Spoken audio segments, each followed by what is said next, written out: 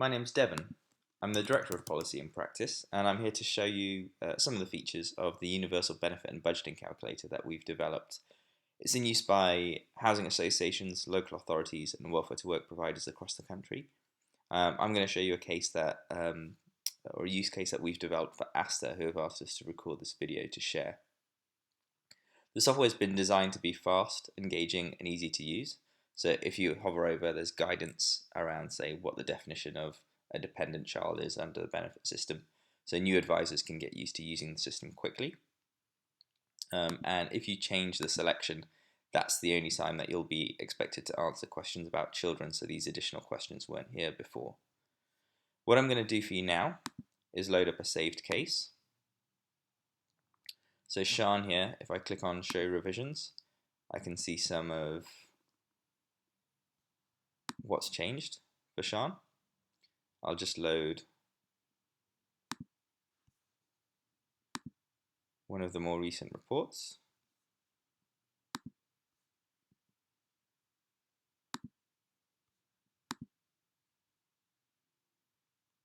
And I'll be able to see quickly, you can see that the records have been loaded. And I can see that Sean here is single. She was born in 1983. She's got 2 children. She's not on ESA. This is her council tax band, and again, if you click here, you can be taken to an external site. The advisor can help her to figure out exactly what her council tax band is. She's in the social rented sector. She's got a 3-bed property. She pays rent of £550 per month. She doesn't have any rent-free weeks, but again, we can take that into account, and the guidance is there for advisors who want to know what that means. Oops.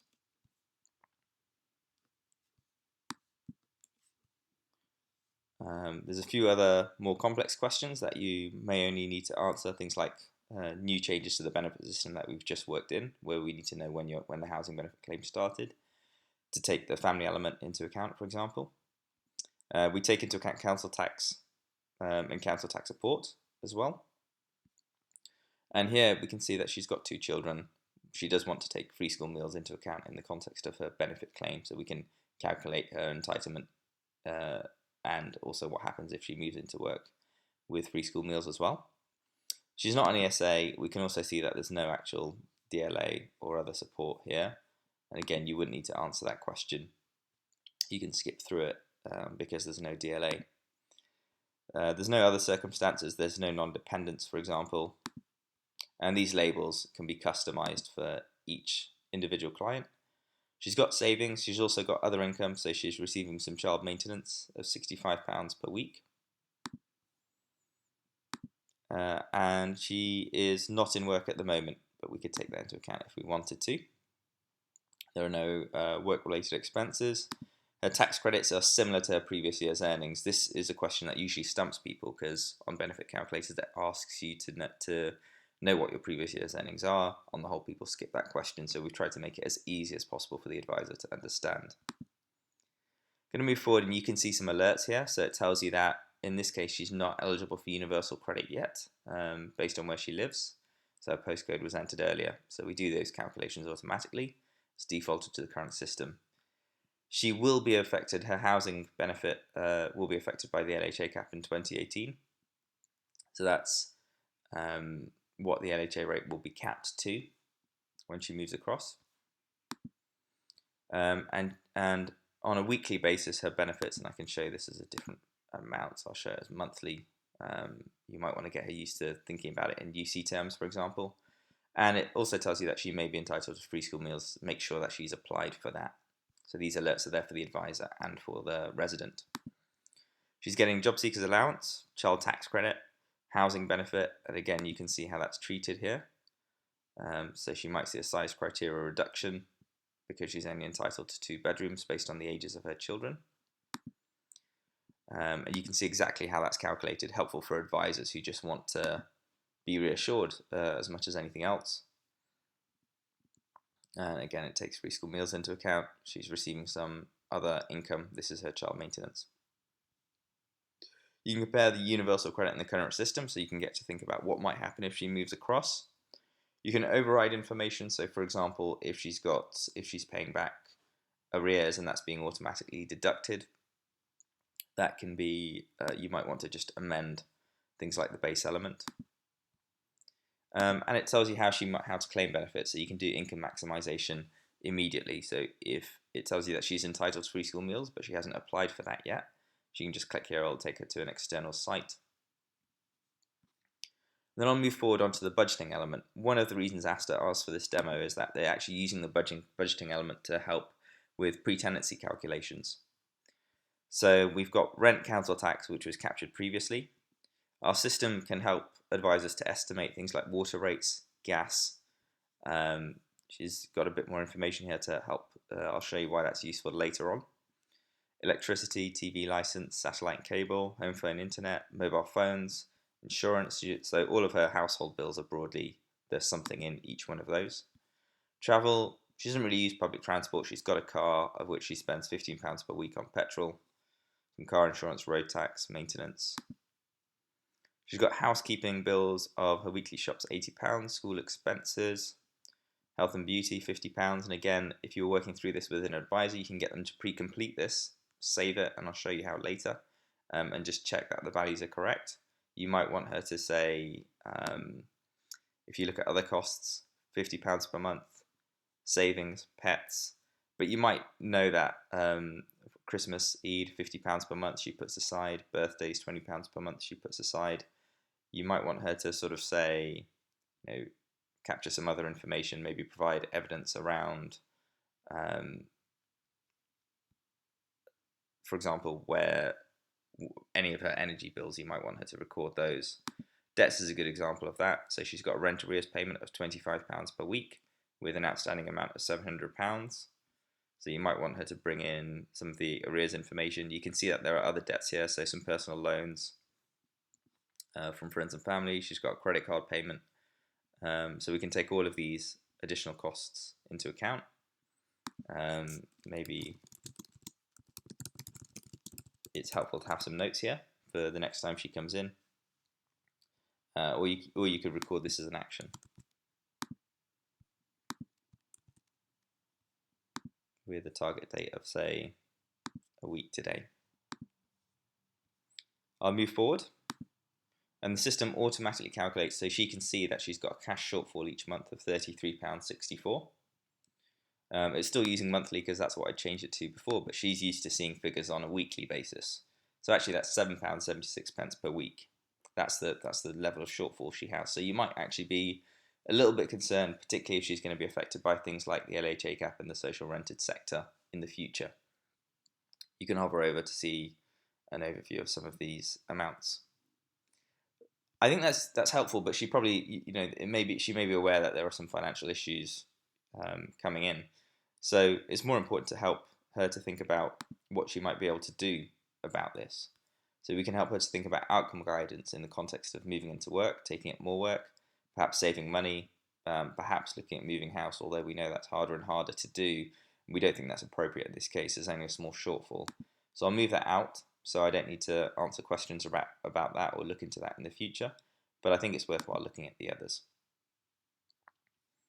So if we look into her just working a few extra hours, so just 3 hours a week, we just want to show her what impact that could have. You can take into account the costs of work, if there are childcare expenses and other things, but 3 hours per week she should be able to use informal childcare for those 3 hours. You can see that just those 3 hours per week means that she'll be better off in work by £20. She'll have £12.24 each week, so she'll go from a shortfall to a surplus in this case. So actually she's therefore more motivated to take up the employment support that may be on offer. You can help her to look for a job, maybe in sales, retail, maybe somewhere around Aster, so I'll just put in Bath. And then she can immediately see that there are jobs available there, around Bristol, for example. There'll be a few others too. This will actually look for jobs based on where her postcode was entered originally. So that's probably a Bristol postcode. Do you think you can save money on bills? Well, you can see that bills is the majority, almost half of all of her outgoings, so it's worthwhile looking at. And the system's calculated that she could save a potential £15 on her bills. So even if she were to take up the work offer, she'd be better off. but let's take this opportunity to help her more. And we've identified that it may be possible to make savings on her phone bill. So the average bill is $12.69 for a household of her size, of her type in her area. That's based on figures from DEFRA. And her bill is £16.15. So we reckon there's a potential saving there. Maybe look into her switching. It may or may not be appropriate, but it's still worthwhile, definitely worthwhile looking at if there are savings to be made. And maybe just asking her about how she uses her phone. Maybe she's got the wrong plan in place for her.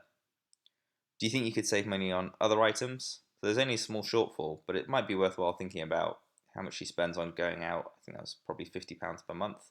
Actually, that adds up to £600 per year. That's one example.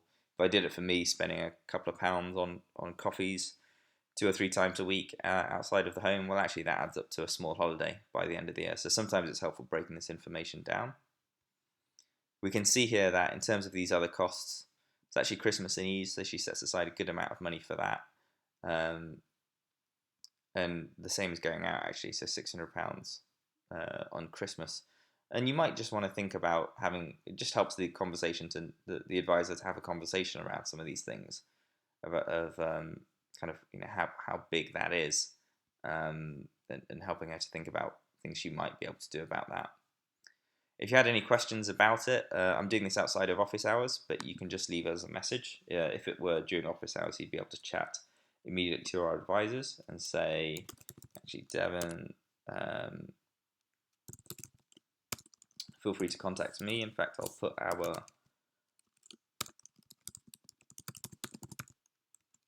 you'll get a faster response if you email hello@policyandpractice.co.uk and with any questions you have about our service. But you can say, I want to learn more about the universal benefit and budgeting calculator. And again, you can do that. It would be a live chat if it was during office hours. Okay, so that's the calculation. We've been able to identify that she had a shortfall initially, so there were some concerns perhaps during a pre-tenancy check. We've been able to see how those costs were made up, and help to identify 3 actions they might be able to take to tackle that shortfall. One is to move into work. Even 3 hours would be beneficial. Second would be to perhaps save money and look at switching phone tariffs, for example. And a third one might be to look at some of the bigger outgoings, discretionary outgoings, so things like going out, and things like perhaps how much she sets aside for Christmas or Eid. At least it's not a judgmental conversation. It's the system saying, actually, this is where it's most productive for us to have a conversation and how best an advisor might be able to use their time. Okay, so now I'm going to save that case. It asks me to prompt what I've saved, so I've said that I have asked her to bring in information on debts, and that'll be saved as the most recent record for Sean. You can see here that there's a link that you can email to another advisor if you're referring her on to money budgeting support, for example. They'll be able to open up this case if they've got a license for the software, and it's under your organization. You can also export, so I can email that. I'll just show you what that looks like printed out as well. It's just going to load, and so you can quickly see how it's a very sort of succinct breakdown of where money's going. She can see that actually there's a small rent shortfall here, and she needs to be able to tackle that. The actual rent shortfall is greater than her total shortfall, so it's really important that she takes up these actions in order for her to make this tenancy sustainable, and you're doing that for her, so she doesn't need to deal with issues like this in the future. And again, being able to export and email this case, the client is given permission for their information to be shared. You can have this pre-populated with your own email, with an email for your team. And again, there's a self-service version, so you can just point your customers to this and have them complete it. Aster actually prefer to make sure this is a guided conversation from the outset. So those are some of the benefits. You've been able to not just do a benefit check and do income take up, but also look at things they might be able to do to improve their situation. I think that's really important for policy and practice. It's a really important piece. Hopefully you've been able to see some useful features around saving and sharing cases, being able to contact our welfare experts just through this chat box here, and really use it. In this case, housing associations, I've tried to show you a case in the context of pre-tenancy, but it's also been useful for referrals onto debt management, referrals onto employment support. It helps you to run the income management team to really understand what they can do to be constructive rather than just chasing the rent. They can actually try and help to make households who are struggling anyway and perhaps being squeezed even harder to take actions that actually increase their income. And then they're much more likely to take up that responsibility to pay their rent. You've seen a useful print layout, and again, a lot of this can be customized for your organization. And you can see how quickly I've gone through it, and I wasn't particularly rushing. So this is the kind of time frame within which an advisor could have a conversation. If they're spending less time pulling all of this information together, they're able to load up a saved case, then they've got much more time to be supportive and helpful to the resident at the end of the day. And I think that's a really important part of what policy and practice are trying to do and what they're trying to bring to the situation, and to some of the challenges that residents are facing, claimants are facing, and trying to make their job easier, and also organisations like yours may be facing in the context of trying to ensure your residents are able to sustain their tenancy and take positive actions, constructive actions, like perhaps move into work or switch energy suppliers, whatever that may be. If you've got any feedback on this, or if you want to contact us, just email me, devon@policyandpractice.co.uk, or hello@policyandpractice.co.uk. Fantastic. Thanks a lot. Take care. Bye bye.